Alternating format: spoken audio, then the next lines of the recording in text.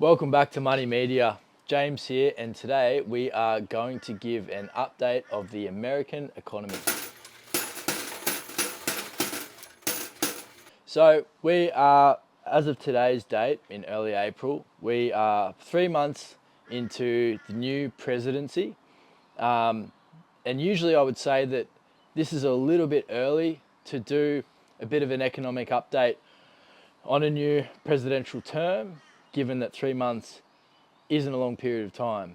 However, given the current sitting president, and how fast they seem to be moving and the pace of change that they seem to be implementing some of their regime, I thought it actually quite fitting to do a really quick update and to give you an understanding of where the American economy is at. Now, before we get into this, I do want to highlight that Money Media has no political affiliation or political standing. We are quite unbiased in the information that we give, and even some of the graphs you might find may actually be surprising to you to support some of the information that we're giving you today. So it's really good that you have the full and comprehensive knowledge of exactly where the economy is, so you know how to act in the current environment.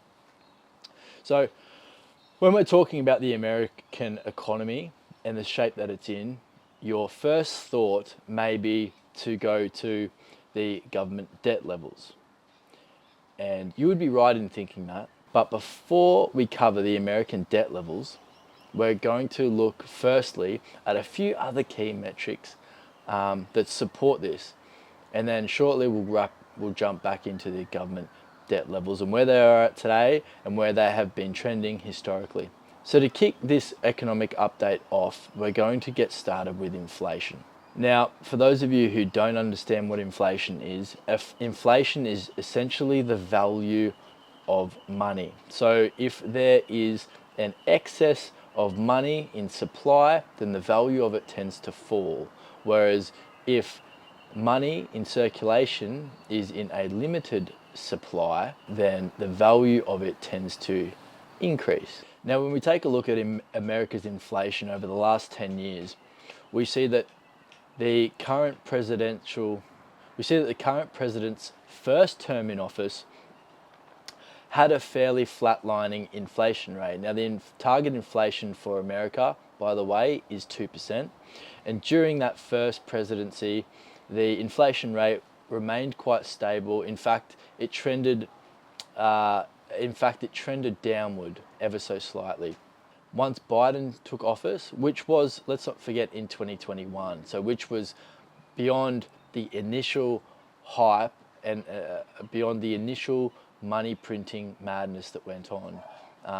When Biden came in and took over as president, we tend to see a significant increase in inflation, which is a significant devaluation of the US dollar.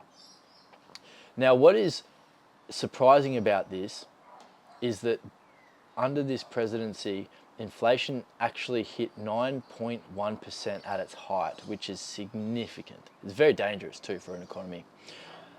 What is even more surprising is that within 12 months, within 1 year, that same president was able to reduce the inflation from 9.1% back to an inflation rate of 3%. So they've knocked 6% off the inflation rate within 12 months. To get it to 9.1% is pretty scary, but to be able to knock that back to 3% within 12 months, I must say, is quite respectable, and I'm highly surprised. Obviously, the current sitting president has taken over the economy, and as you can see with our graph, has managed to keep inflation within 2.8%, and I think we'll see it come down as his presidential term continues. Now, we're going to move on now to the metric of unemployment. Now, you may understand what unemployment is, but I'm going to give a really brief update. So unemployment essentially captures all the amount of people within an economy who are within legal working age and also, and this is important, and also are looking for work. So if you're not looking for work, then you're actually not captured in this unemployment data. So if you are within the working age, the legal working age, and you are looking for work, that is the range of people that unemployment captures. Now, out of those two main cohorts, it measures how many out of those two have a job versus don't have a job. So when we're taking the data from America, we're looking at an unemployment rate of currently sitting at 4%. And what I've actually done is, within this graph, is I've superimposed in it some data around Australia and Australia's unemployment. Now, the reason why I've done that is to give a bit of context, because and we made an Australian economic update recently, which I implore you to take a look at. And what I covered in that video was that Australia's unemployment at that time, which was, I think, January when we made the video, January 2025, Australia's unemployment was at a record low. It was in a really good position. And what that means is, at 4%, if there's 100 people who are within working age and looking for a job, out of those 100 people, 4 can't find a job, which is quite low. It means we've got high employment, which is good for the economy. So the fact that America is seeing an identical unemployment rate to Australia is quite telling of a strong economic climate. Now, obviously, we see towards the back end of the current sitting president's first term, we see a bit of a spike in unemployment. Given the time period, look, it is much higher than Australia's, but given the time period being the pandemic, then it is almost, then you could see how that would occur. But it was quickly contained back to a respectable range, which is where it currently sits today. And that's unemployment. Now, our next metric, and probably the one that you've been holding out for, is the American government debt levels. So, as you could probably imagine, the debt level captures how much money the government owes to the Federal Reserve. The government debt in America has actually made global headlines. For anybody watching this who is an American, these figures have made global headlines because they are considered so significant. Not just the debt levels, but also the amount of interest that is being paid on that debt. And I think a lot of countries are watching with bated breath to see how America can actually manage these debt levels, because they are quite significant, and can they actually get out of it when the interest you're paying on it alone is eye-watering. Now, when we look at this graph, a couple things stand out to me, and those two things that stand out to me actually come from the same sitting president, which is the current one. Now, during his first term in office, he actually increased the government debt levels by 41%, which is obviously quite significant, and something that surprised me. And now, when the next president took over office from him, he actually managed to reduce, he increased the debt level, but he reduced the growth down to 32%, which is quite a drop in growth. Although at those heights you would expect to see something more significant than a 25% drop in growth. The other thing that really stood out to me was where we are currently at. Now, if we're looking at February of 2025, which is where this graph captures, what it shows is, since the current sitting president's office, since they took office, government spending has literally flatlined, hasn't gone anywhere. Now, what I expect to see, what I anticipate, especially with some of the rollout of these trade tariffs that we're seeing currently, and the impact that that will have on the government debt, and how that feeds into trade balances, I'm very confident that in the coming months we will begin to see the government debt levels back off. We will make another economic update. Are they laying or fighting? Is this your chicken? Yeah. The Money Media chickens are going wild. I think they're excited for Volkanovski's fight this weekend.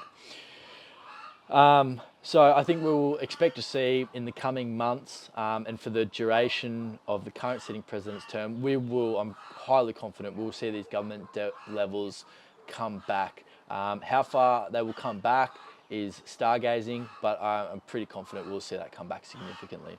And now that's government debt levels. Now what I want to go through for the next metric is government spending as a percentage of GDP. And so government spending as a percentage of GDP could be explained in the context of a household. So if GDP, and I won't go into all the technicals for this video, but if GDP is similar to how much comes into a household in terms of income, then the spending as a percentage of that GDP is how much goes out as opposed to what comes in. So to put clearly, if you are making $50,000 a year, but out of that $50,000 a year that goes into your pocket, you're spending $40,000, then your spending as a percentage of your income is 80%, right? 40,000 as a percentage of 50,000 is 80,000.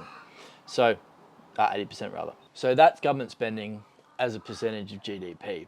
And now what I've actually done with this particular graph is I've put a few major economies of the world into this graph to add a bit of context with where America is at and where it is trending. Now, obviously there's a spike during the pandemic period, which we would expect.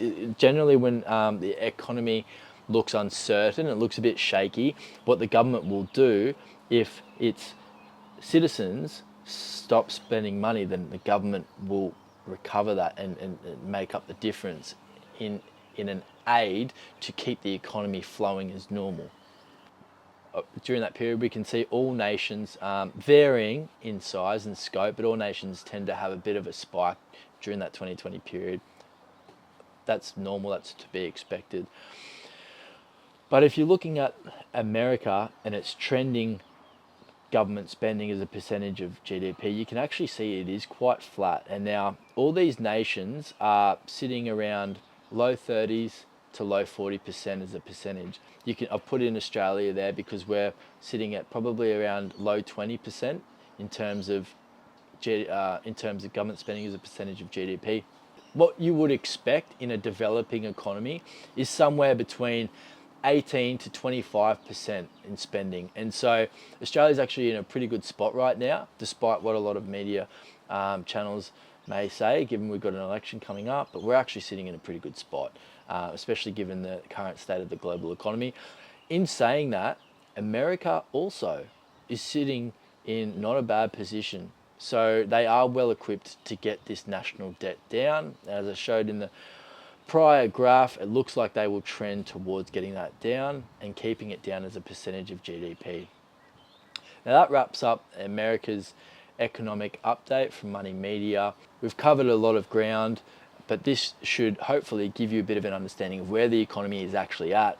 Now, as I said at the start of the video, quite early in to the presidential term, and so what we will be doing at Money Media is continuing over the probably once per quarter. We will continue to give you economic updates to give you the information of what is actually going on in the economy, because depending what media outlet you listen to and subscribe to, you're probably going to be given a bit of a biased opinion about where the economy is at. So what we will continue to do is give you transparent information about where the economy is at, and we will back that all up with graphs so that you know where we're getting our information from.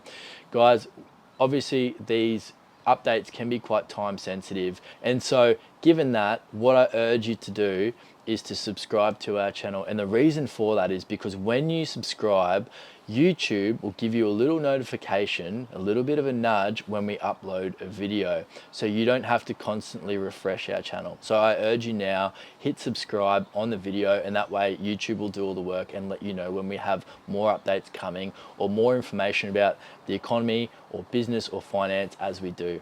Thanks for stopping by, and I'll see you on the next video.